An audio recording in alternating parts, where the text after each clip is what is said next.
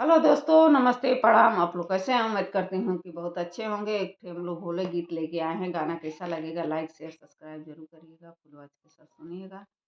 अब भोले बाबा का इस समय शिवरात्रि चल ही रहा है। आप लोग सुनिएगा, प्यार दुलार दीजिएगा।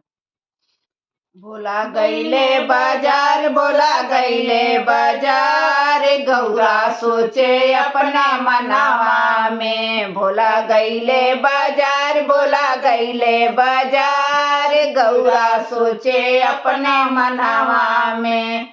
हम तो सोचे नी भोला लड्डू ले आई है, हम तो सोचे नी भोला लड्डू ले आई है, हम तो सोचे भोला बर्फी ले आई है।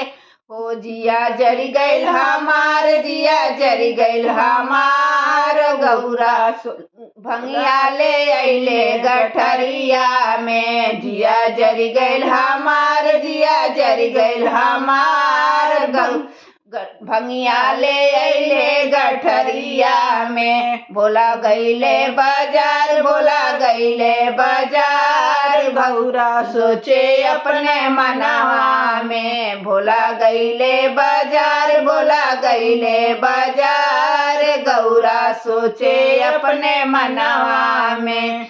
हम तो सोची भोला चुनरी ले आई है, हम तो सोची भोला चुनरी ले आई है, हम तो सोची भोला चुनरी ले आई, चूड़ी ले आई है, भोला कंगना ले आई है। हम तो सोची भोला चूड़ी ले आई है, चूड़ी ले आई है, भोला कंगना ले आई है।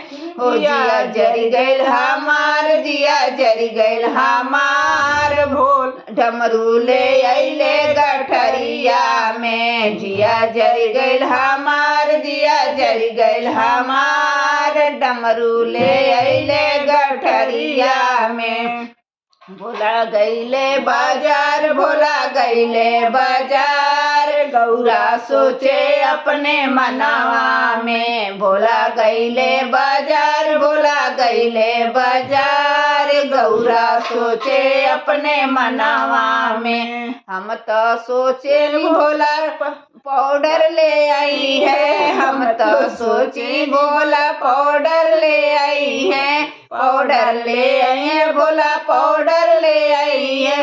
ओ जिया जरी गईल हमार, जिया जरी गईल हमार, भूती ले अइले गठरिया में। जिया जरी गईल हमार, जिया जरी गईल हमार, भभूति ले अइले गठरिया में। भोला गईले बाजार, भोला गईले बाजार, गौरा सोचे अपने मनावा में। भोला गईले बाजार, भोला गईले बाजार, गौरा सोचे अपने मनावा में। हम तो सोची भोला साड़ी ले आई है, साड़ी ले आई है, भोला लहंगा ले आई है। हम तो सोची भोला साड़ी ले आई है, साड़ी ले आई है, भोला लहंगा ले आई है।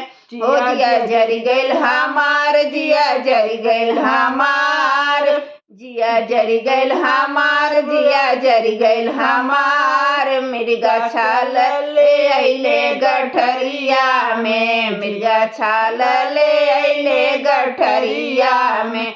भोला गईले बाजार, भोला गईले बाजार, गौरा सोचे अपने मनावा में। भोला गईले बाजार, भोला गईले बाजार, गौरा सोचे अपने मनावा में।